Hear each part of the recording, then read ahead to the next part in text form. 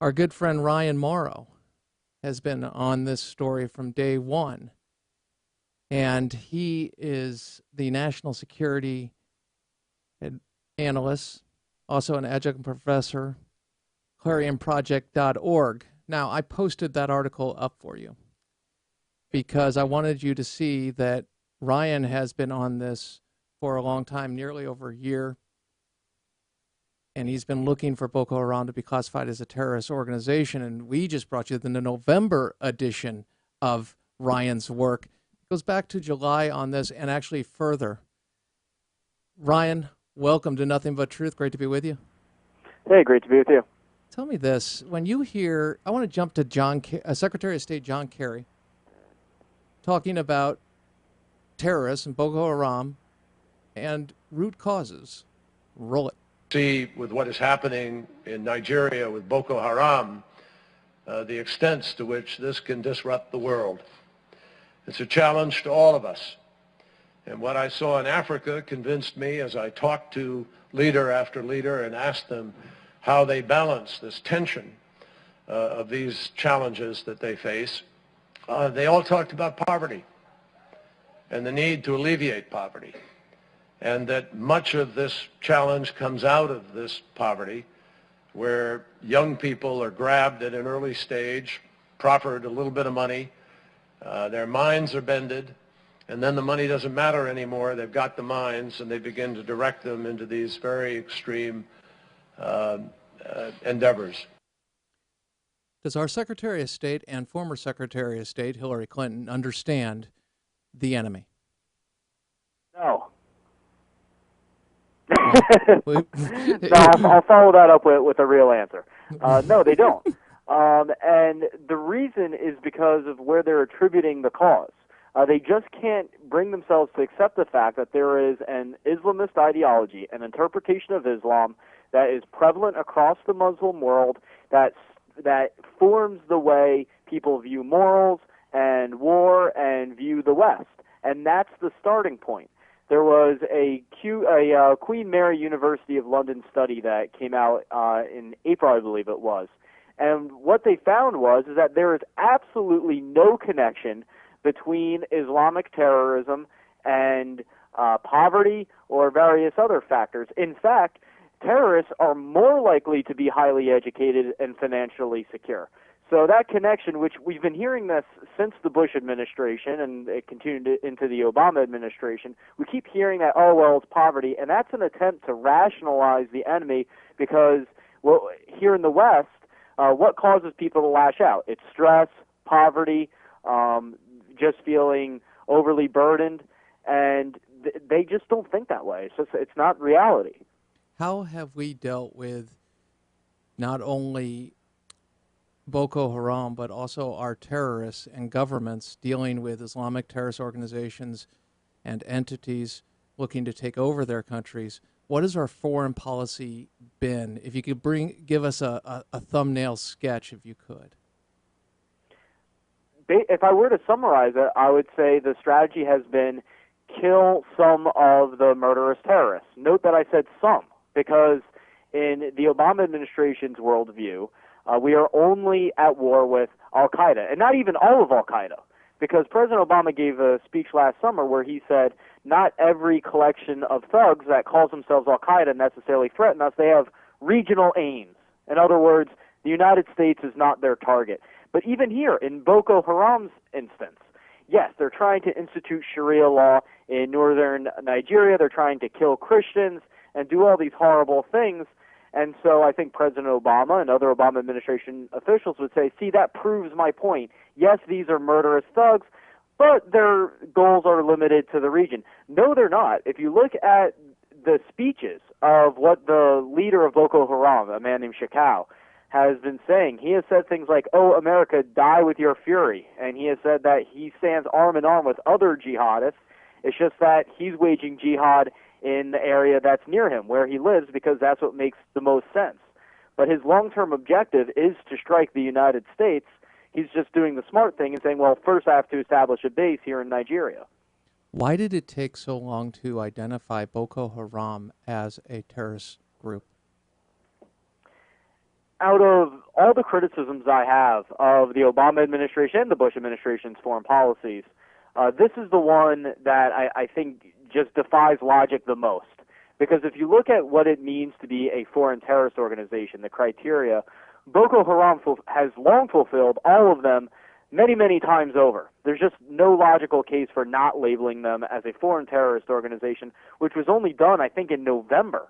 Yes, we have your article posted currently at the Facebook. I still call it the Facebook because I'm older. And the fact is, you have been on this for some time, and you've done this throughout, Ryan. You've identified terrorist groups, Islamic terrorist groups. You've been more than clear in delineating between Muslims, peaceful Muslims, Muslims who desire to be free and are being slaughtered also by these terrorist entities, as versus groups that are Islamic terrorist groups that hold Islamist ideology, Islamic supremacy. That said, we just posted that, and we did a couple shows last year on this because you, ClarionProject.org's Ryan Mauro, national security analyst, has gone out of his way to understand this. We are seeing this now hit the front pages. That's why we're going back and doing a little background. I know you know that, Ryan, but some people are saying, why are you going back? Because there's a greater story to this about our understanding of the enemy.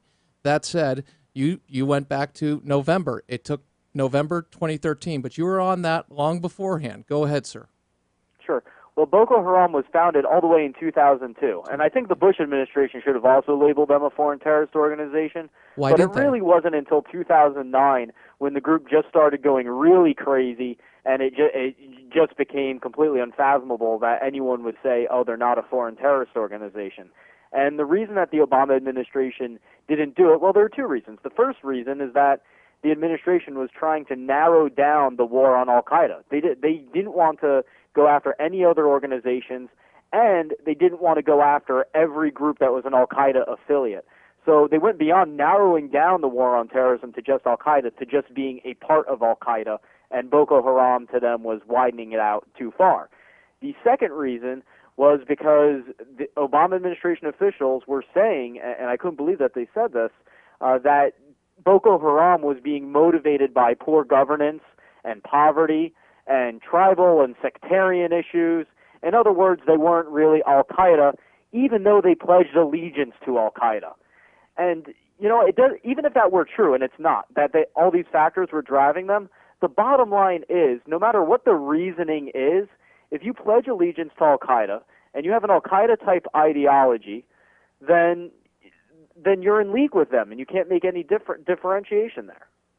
Tell me, with the government in Nigeria, are we acting in a way that empowers Islamist groups, specifically Boko Haram, in an appeasement type strategy? That's been part of the criticism and also part of the writing that has come out of this, the coverage of this story, that there's a theme, the like of supporting the Muslim Brotherhood in Egypt. Your thoughts? I think up until the day when Boko Haram was formally labeled as a foreign terrorist organization, yes, it was appeasement, because no one could deny the fact that they were bombing churches on an almost weekly basis, yet we weren't confronting them. And we're coming up with all of these excuses, oh, well, they're poor, oh, well, they're mistreated, whatever the reason is, and we're using it as an excuse not to act. I would say that is, to a certain degree, appeasement. Now I don't think that we're necessarily appeasing them, but I do think that we're still missing the ideology, that this isn't just a collection of thugs. This is a collection of thugs that are driven by the Islamist ideology, and even though they are so crazy that other radical Islamists say they're taking it too far, the fact remains they are drawing their perspective from Islamic sources. In the latest video that was released by the Boko Haram leader, he started pushing back and saying, look, according to certain verses in the Quran and certain interpretations that I hold, I am allowed to do this. I am allowed to kidnap Christian girls and hold them as slaves under the rules of jihad. So when we see that, is that the real enemy? And is it just that our enemy doesn't always want to highlight that because there's another game of getting the PR game, if you will, clearly outlined in the project by the Muslim Brotherhood in 79 or 81, if I'm not mistaken. But the idea is they will use things to advance their goal, and it's not always about telling the truth about what they believe. Your thoughts? Sure, there's definitely a very strong doctrine of deception in Islamist ideology and the Islamist tradition. So some of that could just be sheer deception and positioning, but also it's possible that some radicals say, look, this is just a step too far. You can't just go to a boarding school and kidnap 300 Nigerian girls and threaten to sell them off and marry them to people. But some of those that are condemning that specific action, if you were to ask them about suicide bombings in Israel, or if the U.S. is oppressing Muslims around the world, or any other tenet of radical Islam, they'd say, oh, okay, well, I agree with that. And so we have to be careful not to get caught up in this issue of tactics, because there's a lot of groups out there that will condemn the tactics of Boko Haram, but then they endorse other hideous things. What would you advise the president to do, and would it be wise to link what's taking place in Nigeria to what's taking place in Afghanistan and in the greater war on Islamofascism that we are in? Definitely. It's all connected. I wrote a couple of articles about this. There were three developments that happened that were treated as separate developments, but they actually weren't. There was a radicalized Muslim that confessed to trying to burn down a gay club on New Year's this year, which got little or no coverage. In Brunei, the Sultan has instituted Sharia law, and now Hollywood is launching a boycott against them. And then you had this issue with Boko Haram.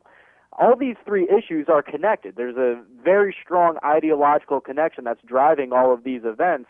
But not anyone significant in the media seems to be drawing them all together into one narrative. They're being treated as separate instances of human rights abuses and extremism, but they're all part of the same Islamist current. Ryan Mauro, he is ClarionProject.org's national security analyst. He's a regular featured guest on this program because of his great work with the Clarion Project and overall identifying the ideology and groups and the truth about the war that we are in and how best to fight it.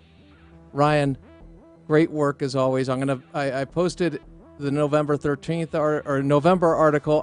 In 2013. I'm going to post your latest with your permission. Thank you very much. I didn't ask for permission for the old one. I just posted it. I just went crazy and posted it. Go ahead and post it. Yeah, thank you. And thank you for all your work. Great to be with you. Keep up the great work. Thank you. Thank you. Take care. So, celebrating the Civil Rights Act, anniversary of. But how is the civil rights movement being hijacked by those looking to redefine marriage? Bishop Harry Jackson gives us the truth about the Civil Rights Act, Jim Crow laws, and the hijacking of the movement. AFR Talk.